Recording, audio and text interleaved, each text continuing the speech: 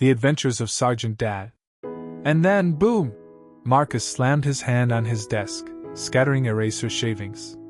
Dad jumped off the helicopter, landed right in the middle of the bad guys, and took them all out with, like, one hand each.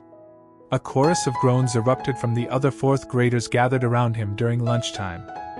Sarah, ever the pragmatist, rolled her eyes. Seriously, Marcus? A helicopter? My dad said they don't use helicopters for that kind of stuff. She nibbled on a carrot stick, her gaze unwavering. Marcus puffed out his chest. He's Special Forces, Sarah. They have all the cool stuff. They even have jetpacks, but he's not allowed to talk about those. He lowered his voice conspiratorially. Top secret. Another boy, David, snorted, spraying a mist of milk. Jetpacks? Dude, you're making this up. My uncle's in the army, and he said Special Forces guys mostly just, like, train people. A wave of heat flushed Marcus's face. He does train people, but he also goes on missions. Super important missions. He saves the world. He stabbed at his soggy pizza with a plastic fork. Yeah, right, David scoffed. Saving the world from what? Overcooked broccoli? He and a few other kids erupted in laughter. Marcus shoved his pizza away, the cheesy smell suddenly sickening.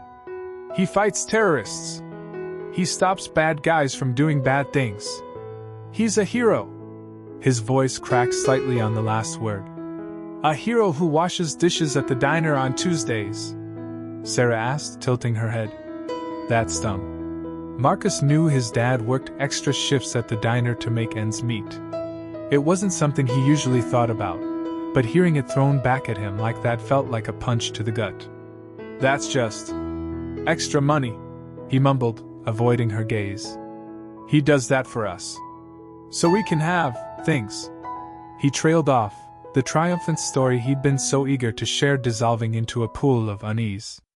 Sure, Marcus, David said, his voice dripping with sarcasm. Special Forces hero who flips burgers. Makes perfect sense. More laughter followed, louder this time. Marcus felt his face burning, tears pricking at the corners of his eyes. He hated this feeling, this wave of humiliation washing over him. He stood up abruptly, knocking over his milk carton. The white liquid spread across the table, mingling with the discarded pizza crusts. He is a hero, he shouted, his voice trembling. Just because you haven't met him doesn't mean he's not. He's the bravest, strongest, most amazing dad in the whole world. Without another word, he turned and ran, pushing past startled classmates, his ears ringing with their laughter.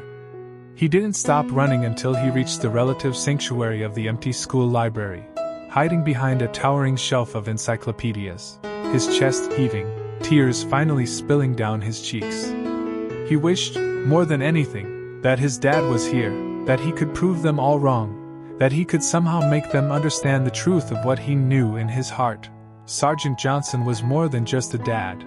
He was a legend. Or at least, he desperately wanted him to be. Doubt in the schoolyard.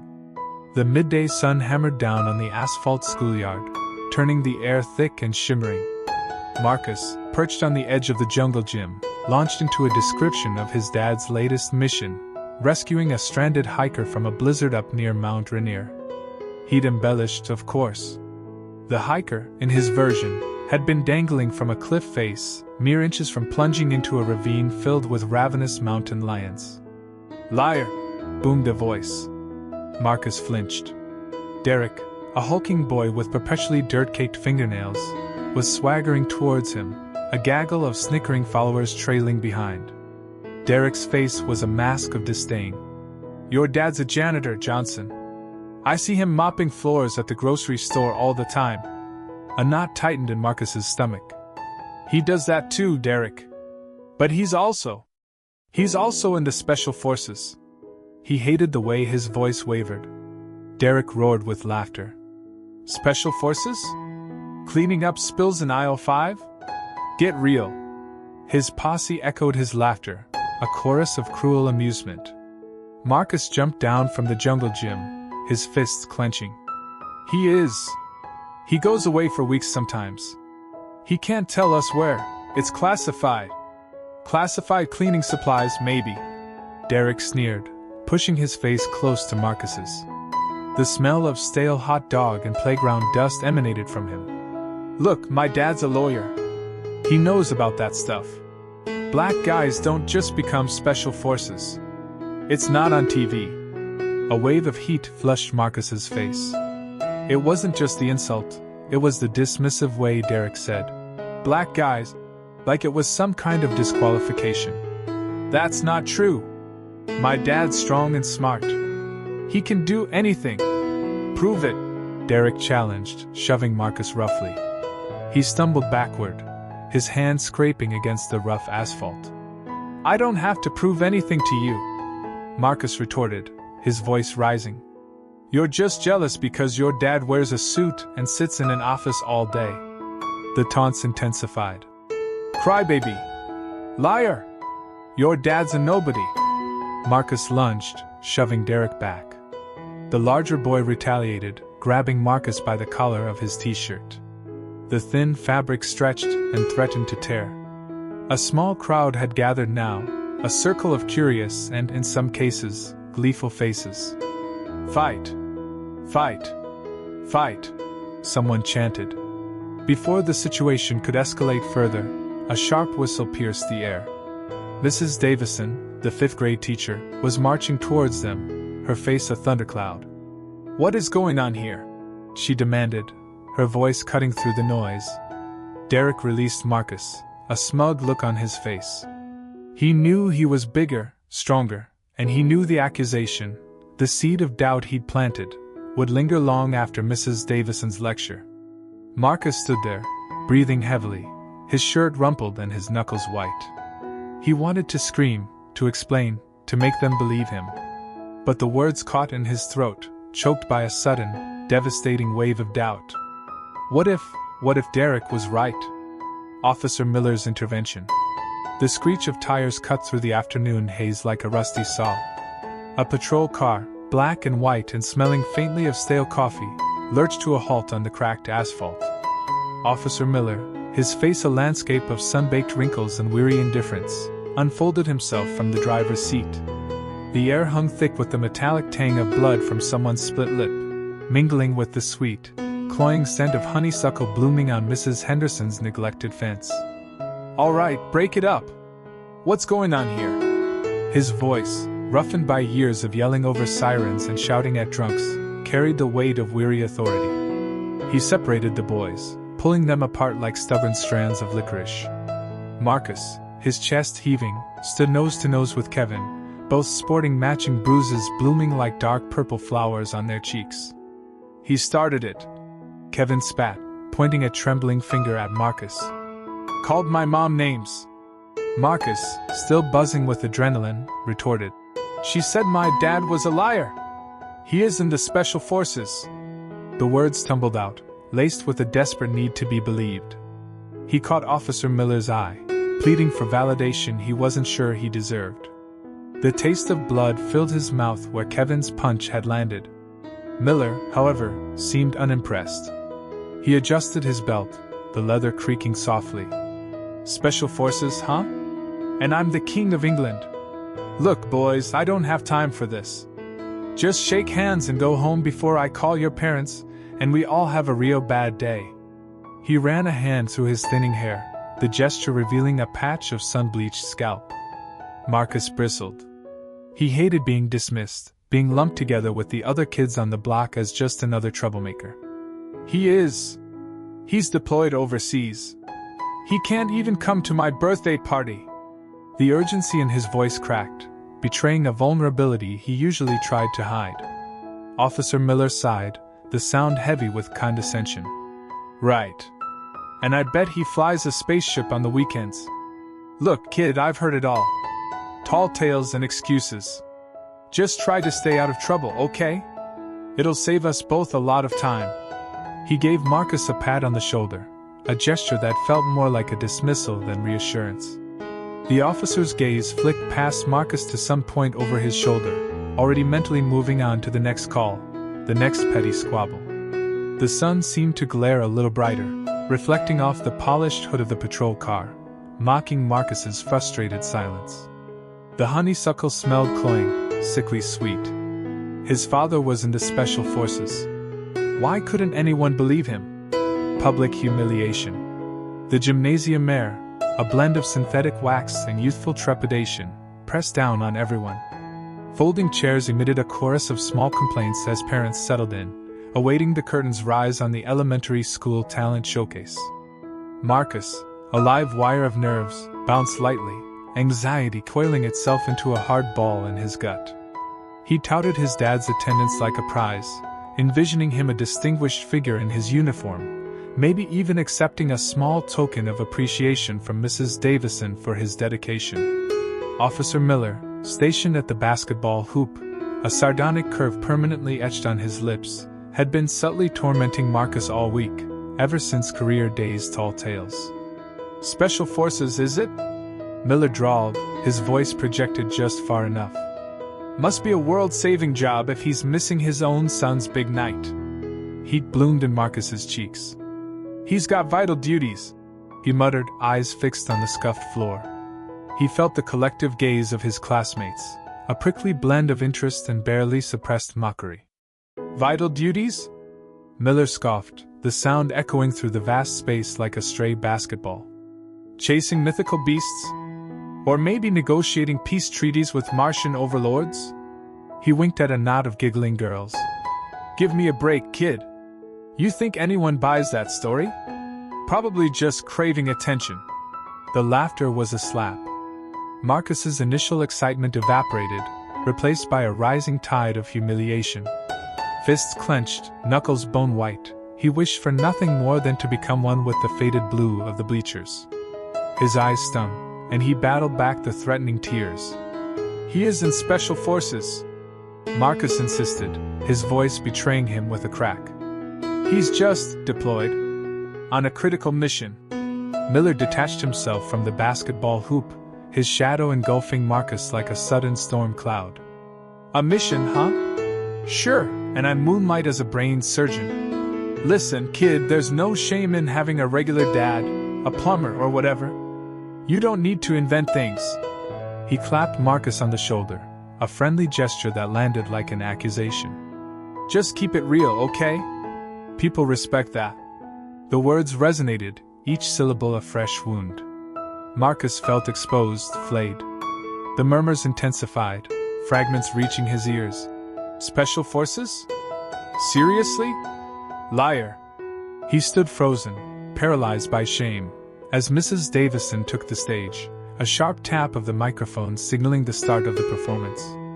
He longed to flee, to disappear into the anonymity of the crowd, but his feet were rooted to the spot. Deep inside, a slow burn began, a rebellious ember kindled by Miller's patronizing tone. He would prove him wrong. He would show them all. Turning to Miller, his voice a shaky but determined thread, Marcus declared, "He will be here for parent-teacher conferences. You'll see. My dad never breaks a promise." He pivoted and strode toward his seat, spine rigid, head held high. The knot in his stomach remained, but now it pulsed with resolve rather than mortification. He had a mission of his own now, ensuring his father's presence. He had to. The longest school day. The overhead lights in Mrs. Davison's history class buzzed with an insistent monotony, a perfect counterpoint to the frantic pulse hammering in Marcus's temples. The War of 1812 seemed impossibly remote, a historical footnote, while his gut twisted into a tighter coil. "Sarah plus Tom forever," mocked the inscription carved into the desk, a relic of a carefree world he no longer inhabited. Officer Miller's comment echoed, a stuck groove on a vinyl record, asterisk. "Special Forces, huh? Interesting." Asterisk, was that skepticism he'd heard? A challenge? Marcus checked the wall clock. 9:17 a.m. An eon stood between him and 3 p.m., an eon for his father to materialize, silencing the doubters, or to simply not. He conjured a scene of triumph, his father, ramrod straight in his dress blues, medals ablaze. The hushed awe of his classmates, whispers dissolving into stunned silence. Even Derek, the resident tormentor, rendered speechless. But the fantasy frayed quickly, replaced by a grimmer scenario: his dad, arriving late, perpetually stained in grease from his mechanic's shop. "Sorry, son, tire trouble." The smirks, the pointed glances, the confirmation of unspoken accusations. Mrs. Davison's lecture on naval warfare became a dull drone. Marcus's pen tapped a frantic rhythm against his notebook, a private SOS. Asterisk, he'll be there. He won't be there. He'll be there. He won't. Asterisk, he sketched a cartoon of his dad, a Herculean figure descending from a helicopter on a rope. Then, with vicious strokes, he obliterated the image, leaving a smudge of angry ink. The lunchroom clamored with the usual din, a maelstrom of voices and clattering trays that barely registered. He poked at the lukewarm pizza, its cheese solidifying into a plastic sheet. Not even Jamal's wisecracks could coax a smile. "You alright, dude? You look green," Jamal observed, giving him a concerned nudge. "Yeah, fine," Marcus mumbled, shoving the pizza away. He saw Derek across the room, a knowing smirk plastered across his face. Marcus flinched, a wave of queasiness rolling through him. The afternoon stretched into an interminable slog. Algebra, biology, literature, each period a fresh circle of torment. Focus proved impossible, thought elusive.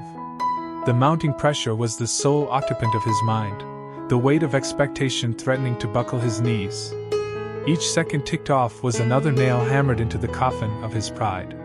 He felt like a prisoner awaiting the verdict, counting down to a moment of either vindication or devastating exposure. 2:47 p.m. 13 minutes. 13 minutes until the clock ran out, and the truth would be revealed. Anticipation and dread. The school hallway's buzzing lights cast a clinical pall over the scene, a discordant hum accompanying the hesitant footfalls and murmured conversations. The scent of floor sealant mingled with the sharp, metallic odor wafting from the water fountain. Parent-teacher conference night had arrived, feeling to Marcus Johnson like a personal reckoning. He perched anxiously on the edge of a miniature plastic chair outside Mrs. Davison's room, palms damp against his denim. Through the open doorway, he watched Mrs. Davison arranging papers on her desk, her expression etched with concern. Marcus attempted to distract himself with the vibrant paper birds suspended from the ceiling, yet his attention kept snapping back to the school's entrance. Each approaching figure, every burst of laughter from newly arrived families, tightened the vice around his gut.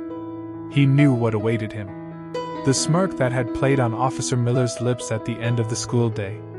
The dismissive remark made regarding Special Forces. The recollection stung, a hot brand of shame. He squeezed his eyes shut, conjuring his dad in his uniform, the resolute glint in his eyes, the quiet power he projected. He refused to let Miller's words diminish either of them. Across the corridor, Officer Miller leaned against a trophy case brimming with forgotten athletic glories, observing the unfolding drama with calculating patience. The overhead lighting flashed on his gleaming badge, a silent pronouncement of his authority. He straightened his posture, adjusting his belt. He'd witnessed this scenario countless times, children exaggerating stories, craving validation, seeking peer approval. The Johnson kid was simply another iteration. He noted the tremor in the boy's gaze, the restless shifting in the chair. Textbook, Miller mused. He folded his arms, savoring the anticipation of the impending unraveling. He envisioned the boy's crestfallen expression when the truth came out. He'd wager the father was a pencil pusher, perhaps even unemployed. Miller craved the spectacle. To witness the boy's discomfort, the parents' disillusionment. A trivial, unkind gratification, yet satisfying nonetheless. It reinforced his jaded worldview, his conviction that most people, especially the young, were phonies. Marcus jolted as Mrs. Davison announced his name. With reluctance, he stood and stepped into the classroom. The air within felt stagnant, thick with unease. He risked another peek towards the hallway. Still no sign of his parents. "Marcus, please, have a seat," Mrs. Davison invited, motioning towards a chair adjacent to her desk. She offered a reassuring smile, but Marcus barely registered it. He was too preoccupied with scanning the doorway, his heart a frantic drum against his ribs. Where were they? He knew his dad had promised. Could something have happened? He struggled to concentrate on Mrs. Davison's words as she began discussing his aptitude for mathematics, his flair for creative writing, his challenges with maintaining focus. He nodded distractedly, his ears straining for the cadence of familiar voices. The room seemed to constrict, the atmosphere thinning with each passing second. The growing dread was a leaden weight in his chest, a silent scream struggling to break free. He yearned for it to be over. He simply needed his dad to arrive. The sergeant arrives. The hallway air, stale and close, seemed to solidify. The murmur of voices evaporated like mist in sunlight. Heads swiveled towards the entrance, drawn by something more than just a large man blocking the light. He towered, easily 6'3", the breadth of his frame accentuated by a dark gray peacoat. Its lines were disciplined, almost Spartan, yet it draped with a familiarity suggesting countless parades and inspections. His advance possessed a calm certainty, a deliberate stride rather than a hurried rush. Marcus's face lit up, a wide, unguarded grin spreading from ear to ear. "Dad!" It wasn't mere height. It was the grounded stance, the balanced poise. His gaze, the color of deep-water slate, swept the space with an insightful efficiency. A thin, pale scar bisected his temple, disappearing into closely cropped hair. No bluster, no posturing, just an inherent authority that commanded attention. Officer Miller, until then lounging against the wall with a smug expression, snapped to attention. The smirk withered, then vanished altogether. He'd been in the middle of a dismissive wave at a restless student, but the gesture froze, his hand dropping like a stone. A nervous swallow made his Adam's apple jump. Sergeant David Johnson approached his son, his pace measured and resolute. The worn linoleum seemed to murmur a protest beneath each footfall. His focus remained locked on Marcus, but the officer felt the weight of his scrutiny. Weighed, evaluated, and found wanting. "Hey, son," Sergeant Johnson greeted, his voice a quiet baritone that nonetheless resonated through the confined space. He reached out, his hand a solid weight on Marcus's shoulder, a gesture of both affection and reassurance. "Everything all right here?" Marcus's face glowed. "Yeah, Dad. Everything's. It's all good now." He shot a quick, defiant glance at Officer Miller. Sergeant Johnson followed the line of his son's sight. He halted before the officer, the peacoat parting slightly, revealing the pristine white of a starched shirt and the flash of a burnished belt buckle. He remained silent. Words were unnecessary. His very presence consumed the remaining space, extinguishing the hallway's ambient noise and reducing Miller's arrogance to ashes. Miller finally spoke, the earlier cynicism gone. "Sergeant Johnson, right? I didn't realize." He shifted uncomfortably, the squeak of his polished boots betraying his unease. "Just having a little chat with your son, here. A simple misunderstanding, truly." Sergeant Johnson's gaze remained unwavering. The silence stretched, a palpable force. Then, a slow, almost imperceptible inclination of the head. "Officer." A pronouncement, not a greeting. He turned his attention back to Marcus, his hand resting firmly on his son's shoulder. "Ready to head out, son?" A father's stand. The quiet click of Sergeant Johnson's boots on the school's polished floor barely registered. He hadn't intended to listen in, but Miller's sardonic pronouncements, delivered at full volume, were hard to miss. A pit formed in Johnson's gut, tightening with each word. Rounding the corner, he found his son, Marcus, looking diminished, his young frame slouched in defeat. Miller leaned casually against the wall, a self-satisfied smirk etched on his face.